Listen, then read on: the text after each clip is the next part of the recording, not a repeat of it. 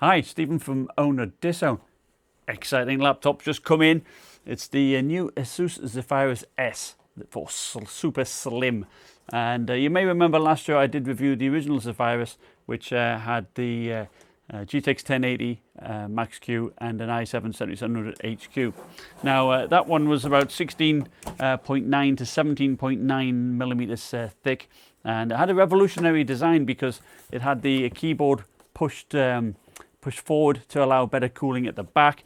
The back of it actually lifted up and let air blow in and get sucked in underneath and air through the keyboard, and it did have quite good cooling. I was very impressed, but it was expensive. I remember I think it was close to like $2,600 or something like that, but I did have a GTX 1080.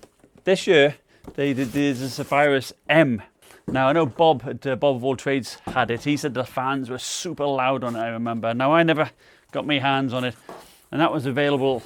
I think its model is a GX and a GM501, and that came in 3 different versions. You had the GTX 1060 model for about $1,900, I think it was. The GTX 1070 model. Now, I had a full-size GTX 1070, not a Max-Q one. That was about $2,200, and then you had the just recently the GTX 1080 model, and that was about, I think that's about $2,600, something like that.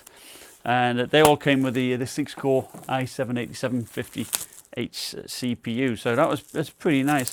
Now all of those had G-Sync, so the battery life was always a little bit poor, but you know, they upgraded it from last year to like 144 hertz panel. It's got a nice box here. So this actually has 16 gigabytes of RAM, has the same 6-core i7-8750H CPU. It's got the GTX 1070 Max-Q. So it's just like the Aero 15X, the Razer 15 that I reviewed. And in fact, I will be indeed comparing it to the Razer 15. And it's also the same as like the MSI GS65 Stealth. So, you know, the perhaps a little bit late to the game putting this one out, but it doesn't have Thunderbolt 3, which is a bit of a downer, but it's cheaper. It's actually only $1,900 from Amazon, and I'll put the link in the description below. So that's not too bad. So let's have a look at inside. So we've got the nice pamphlet with you know, the gaming series, just showing you all the ports, and of course it's got quite a different touchpad mechanism on this as well. I'll show you that when we open it up. It tells you how to open up all the vents, and you know, perhaps even to do some maintenance and that type of thing. That's nice. That's not bad at all. And stickers. You know how I feel about those. So, and what do we have in here? And they've given us a belt clip thing. I don't know what the point of that is, but anyway, there's some kind of clip. Of course, we do have the nice big chunky power supply box, and it is it's a nice power supply. It's a 230 watt, as it should be, so that's good. So there, and it, you know, it's not too bad. It's bigger than the one on the Razer 15. It certainly seems bigger anyhow. We'll do a comparison in my review, but so it's perhaps not quite as portable as the Razer 15 is, but it does look nice at first impressions. The back panel, in fact the whole chassis, the back panel here used to be plastic. Now they've made this out of like an aluminum magnesium alloy, I believe, as well as the rest of the chassis. The lid is being machined out of one slab of aluminum, which I believe, as they say, is aircraft grade, so it's probably a 7000 series alloy there, and I should know because I sell the stuff. So now the last one was more red colour. This is black.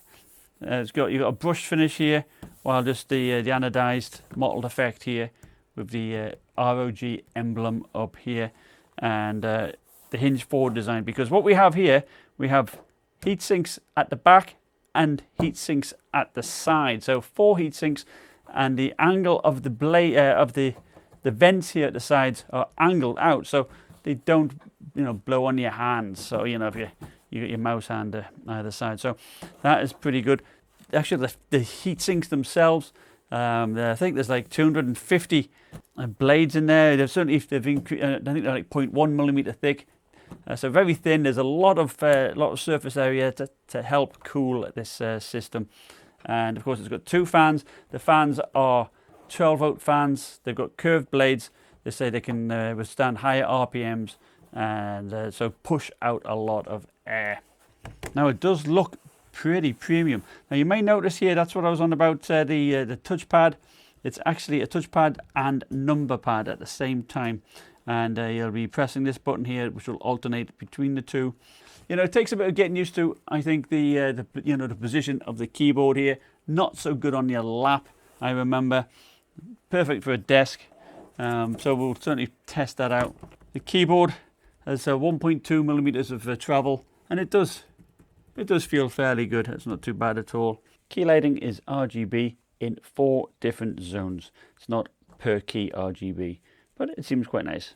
You can see here clearer the air intakes, and you have the ROG symbol here. And I think these could be the speaker grills here. Not sure, but we'll test that out. The panel, it's pretty rigid. There's a little bit of wobble, but it's not too bad. Can you open it with one hand?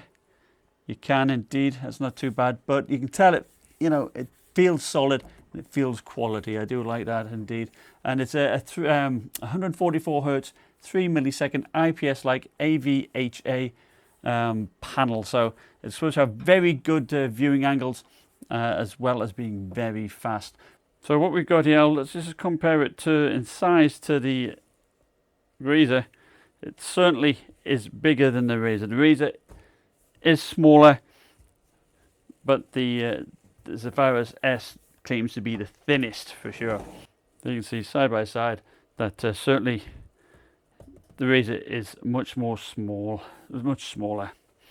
And there you can see the difference in size between the two, the Razer 15 on the left and the Asus Zephyrus on the right there. So let's have a quick look at the weights. So you can see the Razer 15 is 4 pounds and 9 ounces. And you know what? Despite its size, the Zephyrus is the same weight. Now, taking a look at the ports, we've got the Razer 15 here on the bottom, and the Asus Zephyrus here at the top. We do see one of the air vents here. And this is one thing with the Razer had the vapor cooling system, vapor chamber cooling system. But I do like, having these heat sinks here at the side. So we've got the power connector here. We've got the USB-C type, USB type C port here. 2 USB-A type A ports and the headphone mic jack. Around the back, we've got the 2 more exhaust vents here on the Zephyrus. Nice, the name there. We have the HDMI port and the Kensington lock. And of course, on the Razer 15, nothing at all. And on the right hand side, we have another USB type C port, another USB type A, and another air vent. So no Thunderbolt 3 port on here compared to the Razer. And also you can see when you open and close the lid, how it raises up and down to allow the air in for the whole length. Yeah, very good. And it's supposed to increase the airflow by 22% compared to traditional designs. So there you have it. It does look pretty nice. I do like that. And as I say, it surprisingly it weighs the same as the Razer 15, but slightly bigger. But you do have this extra cooling here. The space where all the extra cooling is going to be, and I do like that. So put in the comments below what you'd like me to test. I will be comparing it against the Razer 15, of course. So stay tuned for the full review. Thanks for watching. Goodbye.